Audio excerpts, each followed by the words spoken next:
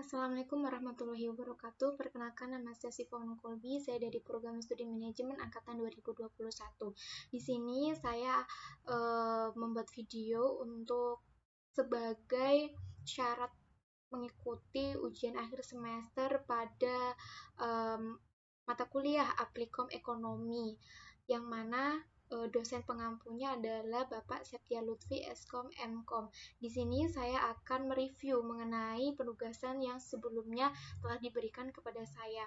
Yang pertama yaitu pada penugasan forecasting. Nah, forecasting sendiri itu merupakan sebuah metode untuk memprediksi atau memperkirakan berbagai kejadian di masa mendatang berdasarkan data yang telah dikumpulkan sebelumnya.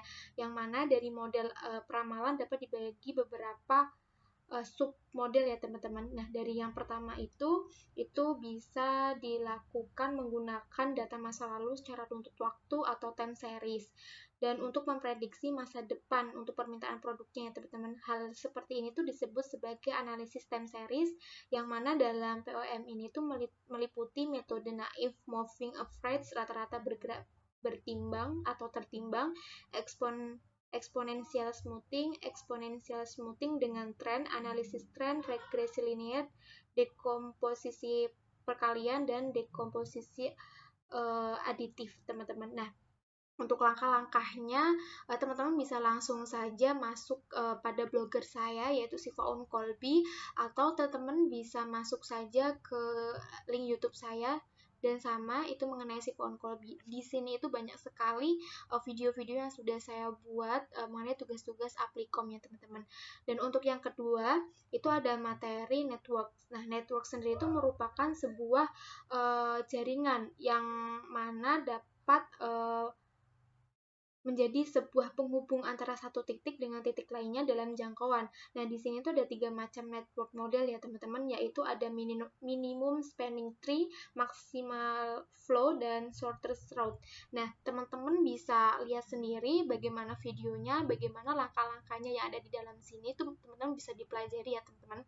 Nah, untuk selanjutnya ada materi mengenai project management atau yang biasa kita sebut itu sebagai manajemen proyek. Nah, manajemen proyek ini tuh digunakan untuk memperkirakan jangka waktu proyek dan menentukan aktivitas proyek mana yang bersifat kritis.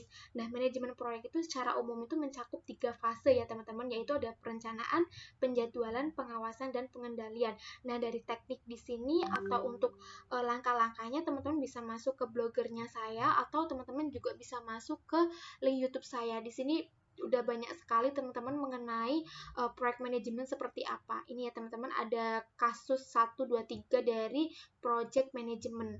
Nah, selanjutnya yaitu ada materi waiting list. Waiting list ini tuh merupakan antrian ya teman-teman, yang mana model ini tuh digunakan untuk menciptakan model antrian yang menguntungkan bagi produsen, yaitu untuk meminimkan biaya dan sekaligus menguntungkan bagi konsumen, dapat mengurangi atau meminimumkan waktu menunggu bagi konsumen. Nah, di sini itu ada beberapa macam model antrian teman-teman. Yang pertama ada single channel single pass, lalu ada single channel multi pass, lalu ada multi channel single pass, dan multi channel multi pass. Nah, di sini teman-teman bisa lihat videonya dan bisa lihat beberapa langkah-langkah studi kasus yang sudah saya buat, yaitu ada soal 1 sampai soal 4 ya teman-teman. Lalu yang terakhir ada productivity dan quality control. Nah, dari productivity itu merupakan atau dapat didefinisikan itu sebagai rasio output untuk input teman-teman.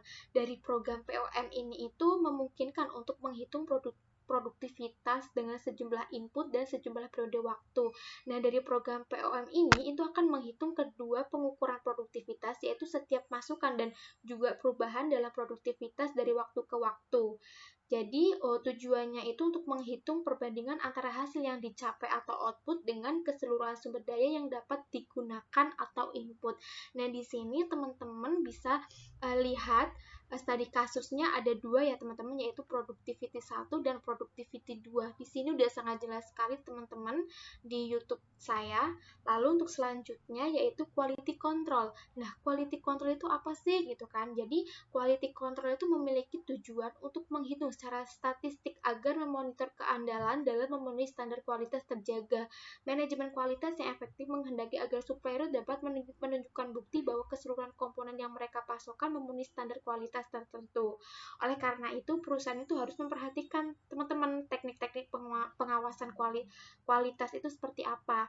Nah, untuk memenuhi apakah akan menerima atau menolak suatu komponen yang dikirim oleh para supplier. Di samping memperhatikan kualitas pada komponen, manajemen kualitas yang efektif menghendaki pula agar tidak meneruskan kepada para konsumen. Untuk itu diperlukan pengawasan kualitas agar dapat mengurangi jumlah produk cacat yang ditimbulkan oleh sistem operasi perusahaan. Nah, di sini sudah ada studi kasusnya juga sama teman-teman seperti productivity, yaitu ada 2 kasus.